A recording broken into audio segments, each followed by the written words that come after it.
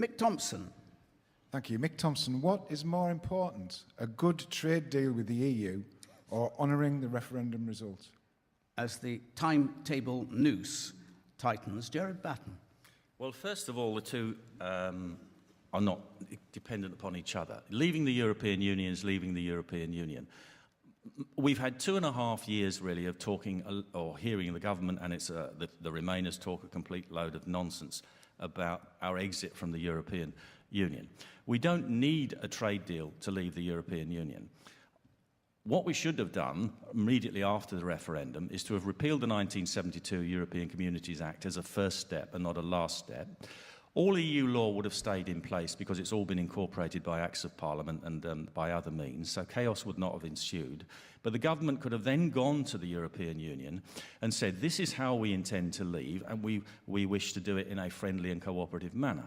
And the first thing that they could have done would have been to say, you can have a continued tariff-free trade deal because you can have the freedom of movement of goods, services and capital. You can't have people.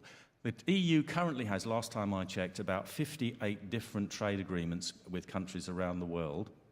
None of them include the free movement of people, so it would have been relatively easy to actually come up with a continued tariff-free trade deal, if that's what the European Union wanted.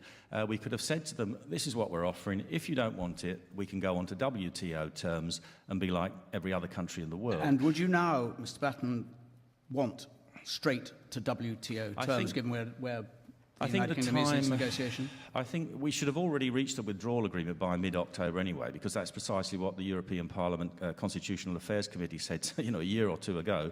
We need, by this point in time, to have arrived at an agreement because they have to plan the next European elections. It's a bit late now, so I think we probably should go on to WTO terms. And you have to remember, of the 190-odd countries in the world, only 27 countries are members of the European Union, apart from us. Now, all those other countries trade with the European Union. You do not need trade deals to trade. The 10 biggest trading partners of the European Union don't have trade deals. I think Japan may have recently negotiated one. But they export billions of pounds worth of goods without a trade deal. This whole thing is a complete red herring. Okay, thank you.